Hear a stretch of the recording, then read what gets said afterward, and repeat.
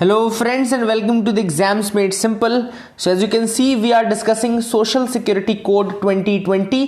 इसके सारे प्रोविजंस हम देख लेते हैं और कुछ क्रिटिसिजम्स भी हम डिस्कस करेंगे कि क्या क्यों क्रिटिसाइज किया जा रहा है इसको and why people are saying that this code seems to be old law in a new package. लोग इसको बोल रहे हैं कि ये एक ओल्ड लॉ है इन द न्यू package.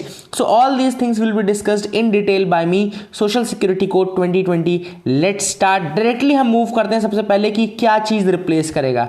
अब जब कोड आता है, कोई भी जब कोड आता है, मैं आपको बताऊंगा कि आज कोड और स्कीम में क्या डिफरेंस होता है. What is the difference between code and scheme. तो मैं आपको सबसे पहले ये डिफरेंस बताता हूं. कोड एक्चुअली आपकी एलिजिबिलिटी डिसाइड करता है. मैं बहुत अच्छे एग्जाम्पल से आपको बताना चाहता हूं. जैसे कि कोड की लैंग्वेज लिखी रहेगी कि social security benefits will the platform workers will be eligible for social security benefits. Code की भाषा रहती है कि प्लेटफॉर्म वर्कर्स जो रहेंगे वो सोशल सिक्योरिटी बेनिफिट्स के लिए एलिजिबल हो जाएंगे, लेकिन वो कोई स्कीम निर्धारित नहीं करता है. स्कीम बेसिकली फाइनली आपको कोड के बाद बनानी पड़ती है. पहले कोड आता है और कोड में जो बातें लिखी गई हैं उनको पूरा करने के लिए स्कीम लाई जाती है. तो सबसे बड़ा डिफरेंस आपको याद रखना है कि कोड पहले आएगा और कोड की बातों को पूरा करने के लिए आपको फिर स्कीम्स लानी पड़ेंगी ताकि उन बातों को एक एक करके पूरा किया जाए. तो सबसे पहले देखते हैं कि ये जो कोड है, सोशल सिक्योरिटी लॉ कोड है, ये 9 सोशल सिक्योरिटी लॉज को रिप्लेस करने वाला है. Maternity benefit act 1961, employees provident fund act 1952, employees pension scheme, employees compensation act, unorganised workers social security act 2008. इन सब के फीचर्स को रिप्लेस करेगा, मर्ज करके अपने आप में इसने समाहित कर लिए हैं. देन आपको एक चीज और याद रखने की यूनिवर्सलाइजेस दिस लॉ और this code universalises the social security coverage to those working in unorganised sectors. Unorganised sector के लोगों के लिए भी सोशल सिक्योरिटी कवरेज ला दी गई है, जैसे कि गिग वर्कर्स हो गए, प्लेटफॉर्म वर्कर्स हो गए.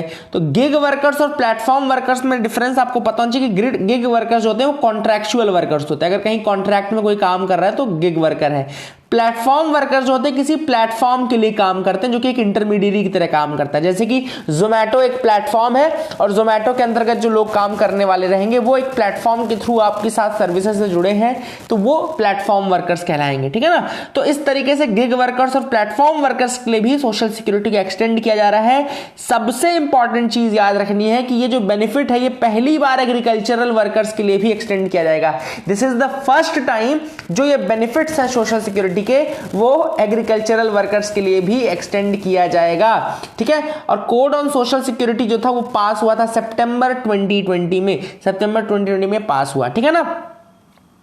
आगे मूव करते हैं, देखते हैं और क्या इंपॉर्टेंट है. What is social security. सबसे पहला question, what is social security, क्या होती है सोशल सिक्योरिटी. तो एक्चुअली में social security measures to ensure access to health care and provisions of income security to workers. मतलब हेल्थ केयर और इनकम सिक्योरिटी अगर आप वर्कर्स को प्रोवाइड करने की सिक्योरिटी प्रोवाइड करते हो तो वो सोशल सिक्योरिटी कहलाती है. मेनली 2 चीजें आती हैं. देखो इसके अंदर सोशल सिक्योरिटी बहुत इमेंस है. सोशल सिक्योरिटी के अंदर कई लोग चाहेंगे तो बोलेंगे एजुकेशन को भी इंक्लूड करना चाहिए, ये भी है, इतना इमेंस है. लेकिन ब्रॉडली स्पीकिंग अगर हम वर्किंग सेक्टर, वर्किंग क्लास के लिए बात करें तो उनके लिए एक्सेस टू हेल्थ केयर और इनकम सिक्योरिटी जो 2 प्रोविजन है, अगर आप ये प्रोवाइड कर रहे हो तो वो सोशली सिक्योर्ड माने जाएंगे. गिग वर्कर्स क्या है, मैंने पहले बता दी, कॉन्ट्रैक्चुअल वर्कर्स होते हैं, outside the traditional employer employee relationship में काम करते हैं. प्लेटफॉर्म वर्कर्स होते हैं जो कि एसोसिएशन, एक ऑर्गेनाइजेशन के तहत एक ऑनलाइन प्लेटफॉर्म के थ्रू आपसे जुड़े रहते हैं, जैसे कि मैंने जोमैटो बताया. अनऑर्गेनाइज्ड वर्कर जो होम जो सेल्फ एम्प्लॉयड वर्कर्स हैं वो आप बेसिकली आप अनऑर्गेनाइज सेक्टर में ही आते हैं. तो सेम जो सेल्फ एम्प्लॉयड है ये सब अनऑर्गेनाइज सेक्टर के ही वर्कर्स हैं. अनऑर्गेनाइज सेक्टर मतलब बेसिकली जिनके यहाँ ये लीव सिस्टम, जैसे आप अगर आपने गवर्नमेंट जॉब की होगी तो आपको पता होगा कि कुछ अर्न लीव है, कुछ ये सिस्टम है, CL है ना, हाफ पेड लीव है, नो वर्क नो पे, ये सारे सिस्टम आपको पता होंगे. लेकिन जो अनऑर्गेनाइज सेक्टर होता है उसके यहाँ इस तरीके से ये ऑर्गेनाइजेशन नहीं होता है, मतलब इस तरीके की चीजें नहीं रहती हैं. मेन प्रोविजंस देखो, मे नोटिफाई वेरियस स्कीम। सबसे पहले बात मैंने आपको बताया कि कोड आने के बाद आप स्कीम्स ला सकते हो, जैसे कि आप एम्प्लॉयज प्रोविडेंट फंड के लिए, एम्प्लॉय पेंशन के लिए, employees deposit linked insurance scheme, employees state insurance scheme, ये सब इसके अंतर्गत लाएंगे। तो वही मैंने बताया कि पहले कोड आएगा और कोड की बातें जो लिखी हुई हैं उनको पूरा करने के लिए फिर स्कीम्स लाई जाएंगी, ठीक है।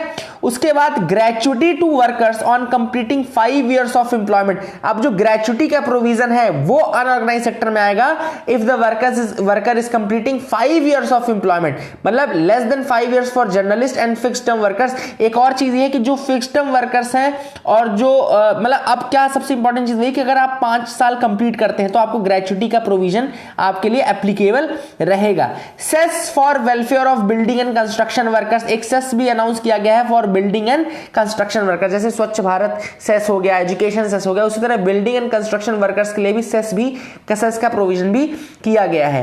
Compensation to employees and dependents in case of occupational injury या डिसीज। अगर किसी व्यक्ति को किसी वर्कर को ऑक्यूपेशनल इंजरी होती है या ऑक्यूपेशनल डिसीज होती है तो उसको कंपनसेशन दिया जाएगा, ना केवल एम्प्लॉय को बल्कि उनके डिपेंडेंट्स को भी।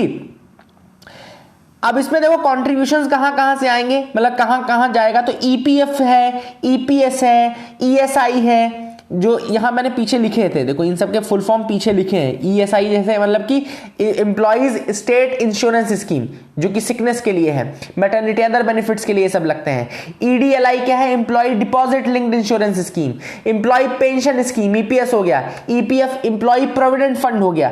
तो इनके लिए बेसिकली वही इसी के लिए लिखा गया है, they will be financed through a combination of contribution from employer and employ.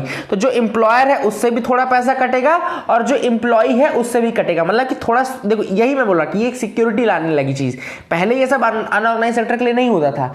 अब ये जो कंट्रीब्यूशन और ये सब आएंगे तो ये एक सिक्योर सिस्टम बनेगा, ना कि इनसिक्योर रहेगा। Contribution towards payment of gratuity maternity benefit cess employee compensation will be borne by the employer. जो ग्रेचुटी के लिए, मैटरनिटी बेनिफिट के लिए, सेस के लिए, एम्प्लॉय कंपनसेशन के लिए जो भी कंट्रीब्यूशन होगा वो एम्प्लॉयर उसको बॉन्ड करेगा। Scheme for gig platform unorganised workers जो रहेगा that will also be announced and उसमें जो कंट्रीब्यूशन आएगा that will be from the employer, employee and appropriate government. तो employer, employee, appropriate government, gig workers, platform workers और unorganised workers के लिए भी ये इंक्लूड किया जाएगा, ठीक है ना। अब देखो यहां पे कुछ नई सोशल सिक्योरिटी ऑर्गेनाइजेशंस के बारे में है, जैसे कि central board of trustees. Central board of trustees जो है उसको हेड कौन करेगा, headed by central provident fund commissioner. They will be administering your employee provident fund, employee pension scheme, employee deposit linked initiative incentive schemes. तो ये इन schemes को head करेगा सेंट्रल बोर्ड ऑफ ट्रस्टीज, और सेंट्रल बोर्ड ऑफ ट्रस्टीज को head कौन करेगा, central provident fund commissioner. याद रखिएगा सेंट्रल प्रोविडेंट फंड कमिश्नर इनको हेड करेगा। देन अगर हम employee state insurance corporation ESIC की बात करें तो ईएसआईसी तो अभी ऑलरेडी प्रेजेंट बॉडी है। It is headed by chairperson appointed by central government to administer the ESI scheme. तो एम्प्लॉय स्टेट इंश्योरेंस कॉर्पोरेशन को हेड कौन करता है, chairperson appointed by the central government to administer the ESI scheme. ये भी इन्होंने notify किया इसी कोड के साथ। तो कोड में उन्होंने सारी चीजें क्लैरिफाई की कि बॉडीज कौन कौन से रिलेटेड है, उनको कौन हेड कर रहा है। तो अभी हमने पहले तो सेंट्रल बोर्ड ऑफ ट्रस्टीज देख लिया, ये सारी बॉडीज थी, लेकिन फिर से कोड में दोबारा से बताया गया है कि headed by the central provident fund commissioner, ये एडमिनिस्टर करेगा ये चीजें। ईएसआई देखो ऊपर नहीं था, एम्प्लॉय जो ये ईएसआई ऊपर नहीं था, ऊपर प्रोविडेंट फंड पेंशन स्कीम और employee deposit linked incentive scheme सी थी। एम्प्लॉय स्टेट इंश्योरेंस कॉर्पोरेशन, तो ये ईएसआईसी जो है वो ईएसआई स्कीम को मॉनिटर करेगा। Then state and national level social security board, national और स्टेट लेवल पे सोशल सिक्योरिटी बोर्ड बनेंगे and they will be headed by central and state minister for labour and employment. तो labour and employment के जो state और home minister, central and state ministers हैं वो head करेंगे नेशनल सोशल सिक्योरिटी बोर्ड को, और स्टेट सोशल सिक्योरिटी बोर्ड को जो स्टेट में मिनिस्टर रहेगा वो हेड करेगा।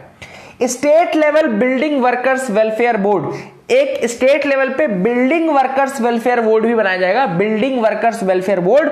और इस building welfare workers welfare board को हेड कौन करेगा? Chairperson nominated by state government and they will be administering the schemes for building workers. तो जो बिल्डिंग वर्कर्स हैं उनके लिए जो स्कीम है उसको मॉनिटर करेगा कौन? Building workers welfare board. और बिल्डिंग वर्कर वेलफेयर बोर्ड को कौन हेड करेगा? Chairperson nominated by the state government, chairperson nominated by the state government इसको हेड करेगा, ठीक है ना। आगे मूव करते हैं, देखते क्या है इंस्पेक्शन एंड अपील का क्या प्रोविजन है। तो इंस्पेक्टर कम फैसिलिटेटर्स, इंस्पेक्टर कम फैसिलिटेटर्स को एप्रोप्रिएट गवर्नमेंट एम्प्लॉय करेगी, अपॉइंट करेगी, और वो बेसिकली एम्प्लॉयर्स और एम्प्लॉइज को समय समय पर एडवाइस देते रहेंगे कि क्या करना है, किस तरीके से आपको अगर अपील करने का प्रोविजन है तो आपको एडमिनिस्ट्रेटिव अथॉरिटीज भी बनाई जाएंगी जो कि आपकी अपील्स को सुनेंगे, जुडिशियल बॉडीज आपकी अपील्स को सुनेंगे, ठीक है ना। Code specify them for various offences, code ने ऑफेंसेस एंड पेनल्टीज ही बनाई। एक्चुअली मैंने वही बताया कि कोड एलिजिबिलिटी लाता है, उसके कोड के आने के बाद जब स्कीम्स आएंगी तब जाकर के प्रॉपर आपको स्पेसिफिक समझ में आएगा। एक थोड़ा लीगल रेड लाइन जरूर है कि 2020 code mandates that an employer और अ वर्कर, मतलब अगर कोई एम्प्लॉयर है या वर्कर है including the worker of an unorganised sector to provide his Aadhaar number to receive social security benefits, मतलब यहां पे मैंडेटरी कर दिया है कि आधार नंबर का यूज करेंगे to receive social security benefits to even avail services from a career centre. अगर उनको कैरियर सेंटर से भी कोई सर्विसेज चाहिए तो उनको आधार नंबर का यूज करना पड़ेगा। और ये जो है जो पुट्टास्वामी केस 2 का जजमेंट था उसका वॉयलेशन करता है, मतलब कि आप इसको आधार को मैंडेटरी नहीं कर सकते अगर आपको कैरियर सर्विसेज लेनी है तो, कैरियर सेंटर से सर्विसेज लेनी है तो दैट इज वाई यहां पे थोड़ा सा लीगल रेड नोटिस जरूर है एक प्रोविजन पे जो कोर्ट ने मैंडेट कर दिया आधार का यूज, ठीक है ना। तो ये मैंने आपको बता दिया। That is it from this video. I hope आपको सोशल सिक्योरिटी कोड और उसके प्रोविजन समझ में आ गए होंगे। That is it for this video. इस वीडियो के जो कुछ क्रिटिसिज्म्स हैं, कुछ क्रिटिक्स मैं आपको जरूर बताना भूल गया, मैं बताता हूं। देखो, पहली चीज कि प्लेटफॉर्म और गिग वर्कर्स को एक ही उसमें रख दिया गया है। क्रिटिसिज्म ये किया गया कि प्लेटफॉर्म और गिग वर्कर्स डिफरेंट होते हैं, दोनों के डिफरेंट काम होते हैं, उनको आप एक में नहीं रख सकते। पहली चीज तो ये। दूसरी चीज कि कोड केवल एलिजिबिलिटी देता है ना कि प्रॉपर स्कीम्स देता है, तो हो सकता है गवर्नमेंट कोड बस दे और स्कीम्स ना बनाए, तो एक ये भी वेट करने वाली चीज रहेगी। तीसरी चीज कि पीपल आर सेइंग दैट कि it is the old law in the new package, मतलब कि चीजें तो पुराने लॉ जैसी ही हैं, वही क्लासिफिकेशन, वही आपने बोला कि भाई 20 लोगों से ज्यादा की और 100 लोगों से कम के बीच में, और आपने वर्कर्स के नंबर बता दिए कि 10 से कम के बीच में ऐसा होना चाहिए, तो आपने पैटर्न सेम रखा है। तो एक्चुअली जब प्रोसीजर जो है वो it is equal to the earlier laws only, तो कुछ नई चीज नहीं, it is just the old law in the new package, ऐसा कहा जा रहा है। So that is it for this video. Please do like, please do share. That is it. Thank you and have a nice day.